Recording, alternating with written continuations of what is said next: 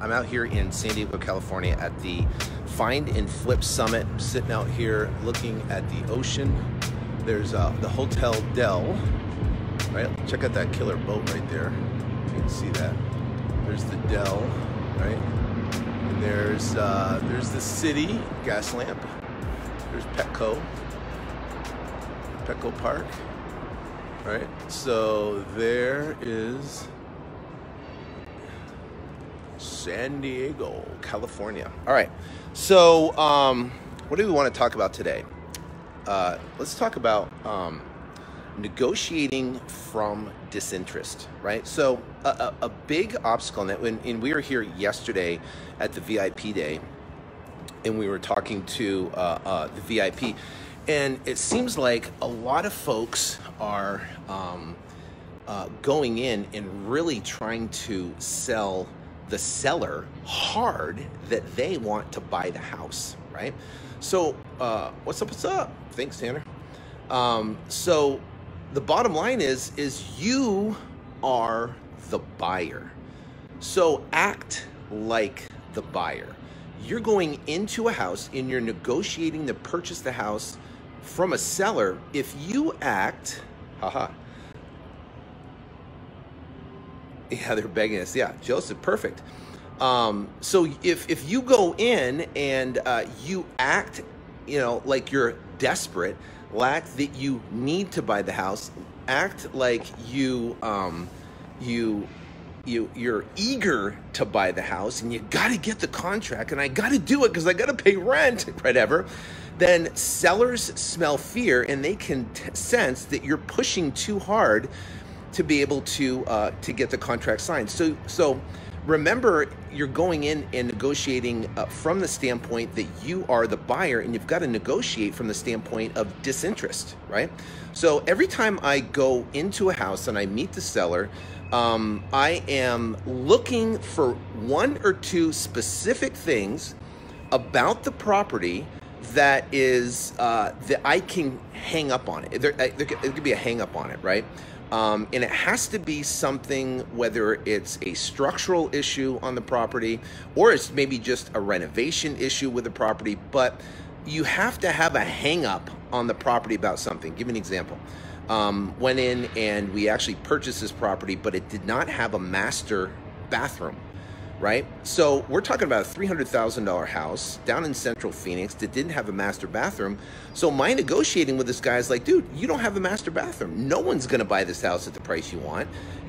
I've got to come in and I'm going to have to reconstruct the entire, house, a portion of the house, and I'm going to have to find a way to get a master bathroom. I'm either going to have to add one on. That's going to be $80,000 to add on a master bathroom, and a master bedroom, because it's a little tiny master bedroom, or, I'm going to have to reconfigure the house and modify the floor plan and go through the city and modify the permits to try to make this thing have a master bath. I said, I don't know if I'm your buyer. I don't know if I can make it work, definitely at the price that you want. So I'm negotiating from the point of disinterest. Why am I negotiating from disinterest? Because if you're acting eager and going in and trying to get the deal, got to get the deal, then what tends to happen, it's almost like this. So I'm out to the ocean right here, right? I'm out in San Diego right here. Look how placid the water is, right? Water is pretty placid. Now, have you ever been out to like a lake, right? And I'm from Vermont originally and born and raised, in Vermont, and we go down the Lake Champlain. And Lake Champlain in the early morning was incredibly placid. I remember walking out, down by the lake, and the water was literally like a sheet of glass. It was placid. And I would take a stone and I would throw it into the lake, and it would literally disrupt the lake and the placid, and it would be a little ripple, and it would go in and it would just, go out. What happens is with a seller can feel that, and the ripple effect is you and your fear of your having to get that property, and it just permeates from you. Sellers can feel fear, can feel need, can feel that you're broke, can feel that you're in a situation that you have to get it done, just like a dog can smell fear. So the bottom line is that we have to go in and we've got to understand that we have to negotiate from the point of disinterest. Now, what does disinterest look like? What's disinterest, right? Disinterest is you can either take it or leave it, right? You'll have no problem walking away from the deal if you want it bad enough. If you want it bad enough, then or if you want it bad, see, and the problem is we talk about motivation, right? We talk about I got to be motivated, I got to go in, I've got to sign contracts, I got to make offers, I got to go out and do it. You know, we have to do that. Thanks, Daniel. Awesome, appreciate that. Nice compliment. But you know, we're taught, right, and we learn through these. We got to attack, life, and we got to go forward. We got to make it happen, and we're pushing. But you got to understand that yes, we can go in there. Yes, we can push. Yes, we're gonna go do it. But you have to do it strategically, and understand you're the buyer. If you're the buyer, the seller should sell you. Think about it. Imagine if you walk into a car lot right now, and you're gonna walk into a car. So I just bought. About a year ago, I bought 2 Range Rover Velars, right? They're the newest Velars that just came out. They're like the luxury version of the Sport. It was Range Rover just came out in 18. I bought them for my wife and I, right? Both bought them, right? So I went in. I'm not selling the guy to sell me the cars. And I wasn't pushing them to close me, right? I wasn't closing the sales guy that's selling me these Range Rover Velars, right? I'm not, I'm not pushing him to do it. I am negotiating from the point of disinterest. I am going in there. I'm saying, yeah, if it would be great if we could, make a deal. But I am ready, willing, and available to walk away. So part of negotiation is the ability to walk away. Good morning, Carla, how's it going? I have walked out on deals, right? I'm just saying, hey, sorry, you know what? I just can't make the numbers work. It's not going to work for us. And I will pack up my file. I'll pack up my offer. I'll pack up my information, and I'll walk out. And this is what we call the Columbo close. I'll walk out, and I've got out to my car, and the seller goes, hey, whoa, wait a minute. Let's see what we can do here. And the seller either A, stops me, or B, I'll turn around and I'll go, listen, you know what if we do this? And I'll offer seller financing. What if we do this? And I'll offer a 15-day non-exclusive option. What if we do this? And I'll get the contract signed, and get it signed on my terms, whether it be seller financing or whether it be on a 15-day option. Now think about this. If, for an example, the gap is too big, they're say at 220, you're at 200, you're stuck, your exit numbers like 219, they're at 220, and you determine your exit number is, and we talked about this previously on our different numbers, check out the other Facebook Lives we talk about, but you determine your exit number is say 219, and they want 220. And you just say, hey, listen, I just can't make it work at 220. The market's shifting right now, and the amount of work that needs to be done on the property, what we have to do to bring it up to 2019 standards. I just cannot make our numbers work, and I don't want to contract it and then all of a sudden let you down that we can't get the deal done. So I apologize. I wish you the best of luck. And then you're packing up your stuff and you're walking away. And you can get to the door, you can get to your car, and then you can say, hey, listen, you know what? I just thought about something. This is another way, because I really want to help you, and I like you, and I think we can try to make this work. But I have VRBO buyers that can buy properties at a premium, right? That's not what I do. I don't do VRBO, whatever, but this is me obviously talking to the seller. So we have VRB buyers that can purchase at a higher number. What if, we do a contract subject to me, talking to these these VRBO buyers. I said, we'll do a contract. That's your 220. We'll sign it, and it will give me 15 days. I'll be able to talk to them. I'm not going to represent I'm not a realtor or anything like that, but I'm an investor. And if I bring them a property and they buy it from you for the 220, then they pay me a finder's fee. And what you can do is just tack on 5,000, 10,000, put it out to the market and see if you can get a deal, right? Make that deal happen. Well, what if you get an offer at 220? You get an offer at 220, then you can go back to the seller and say, listen, I got a guy, he's willing to do cash. He can close it on Friday. And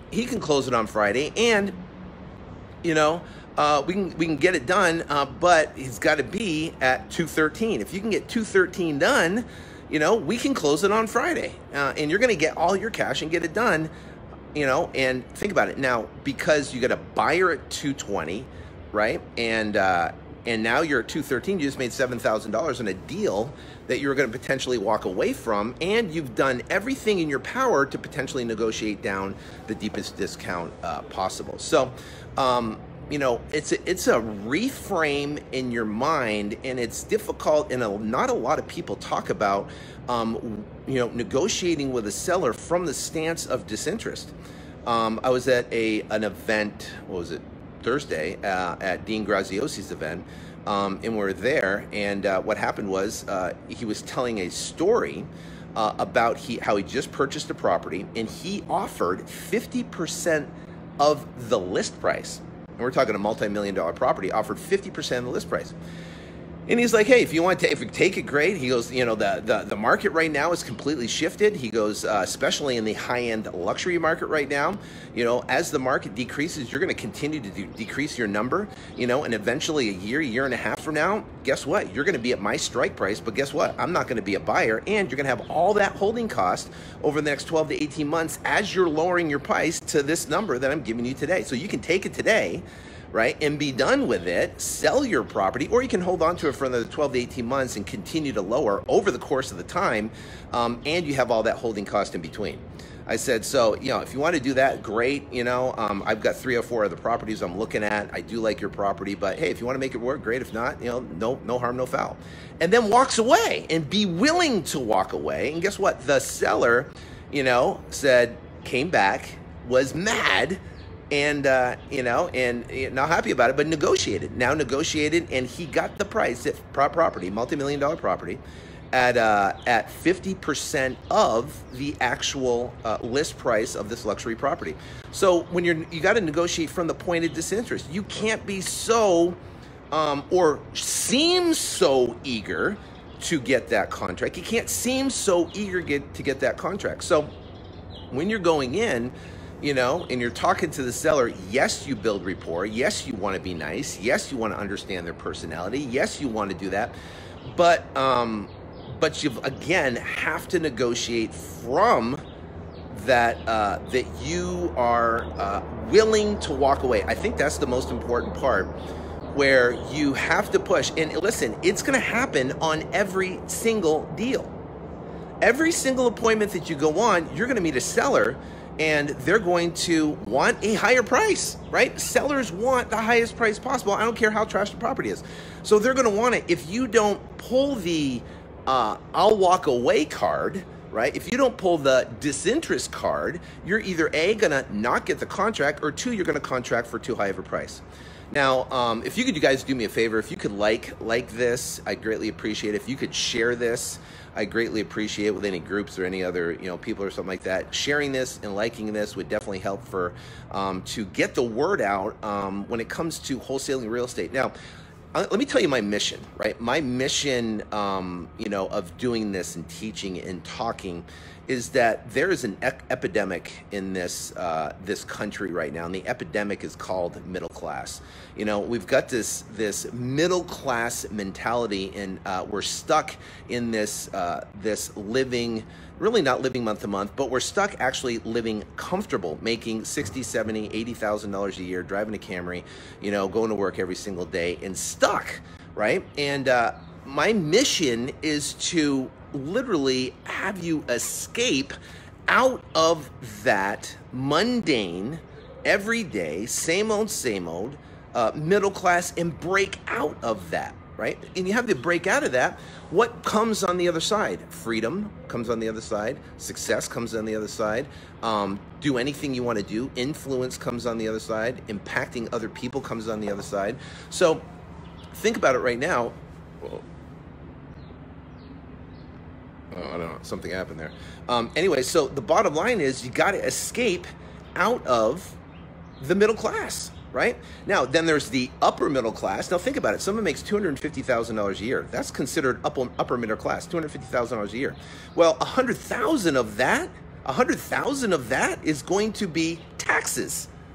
So you're making 250 grand a year, 100,000 that's gonna be taxed. You're left with 100,000 left over, right? Now you turn around and you pay food, clothing, electric, your house, your car payments, your mortgage payments, the kids' dance class, the braces. You pay all that type of stuff. That's another, anywhere from $75,000 to $80,000 just to live.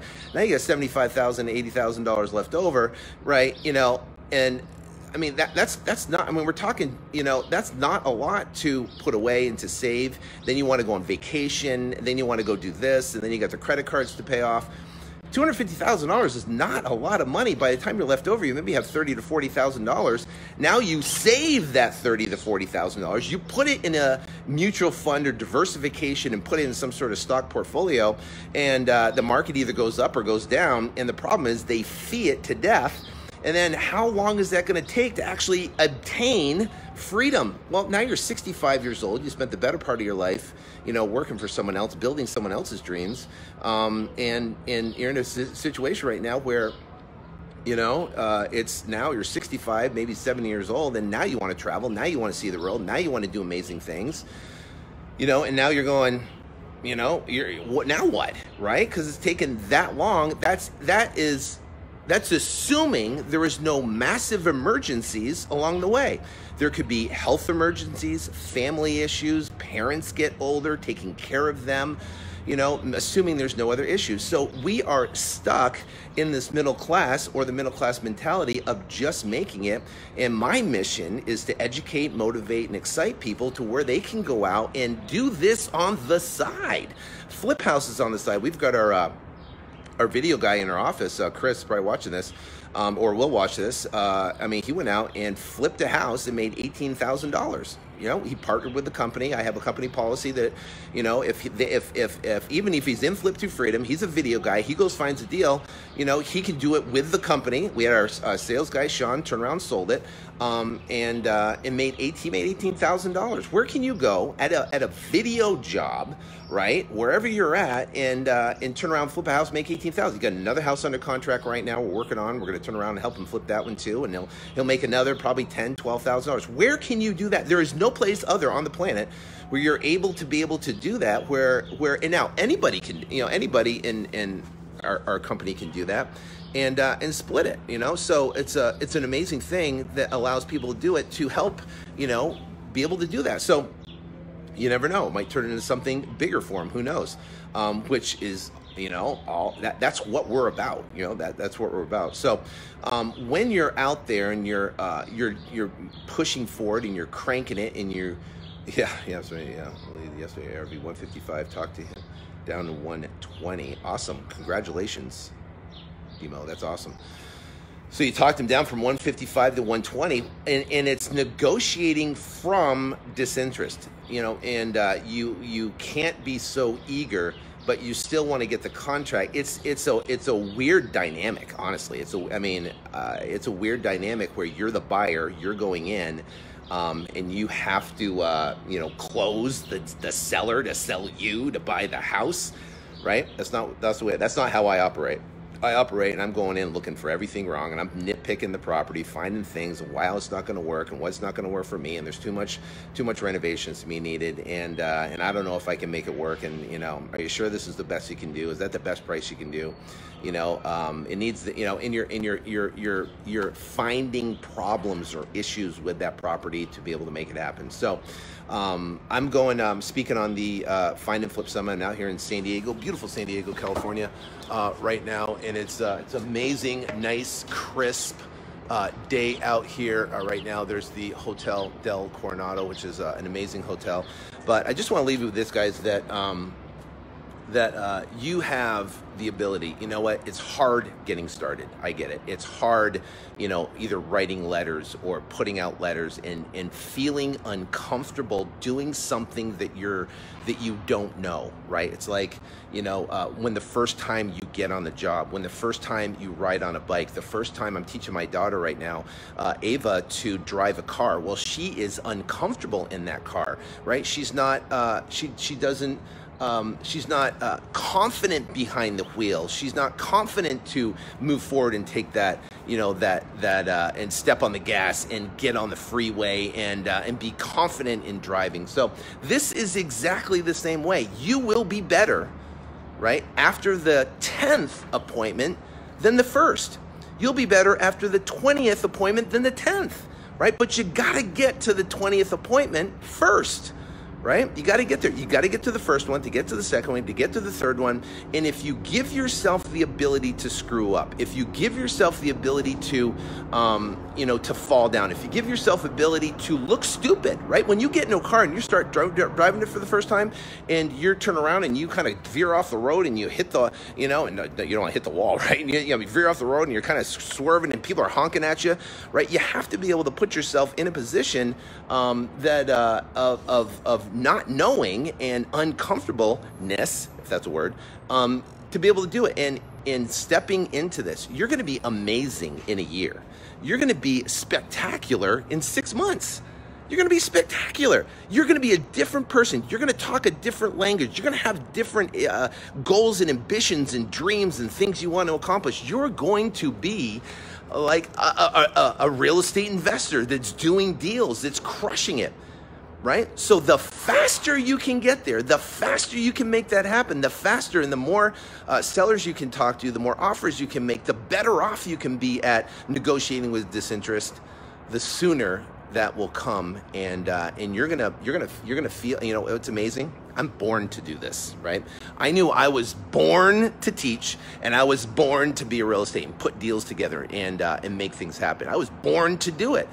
God put me on the planet with specific talents and energies and stuff like that. And I know that he gave me the talent to do real estate, talk to people, make deals, and teach and inspire and motivate other people to get out of the middle class and do more with their life, because they want to, right? Everyone, you guys want to, I want to, everybody wants to achieve more and be more and have more, right? But we're stuck in comfort zone of everything around us.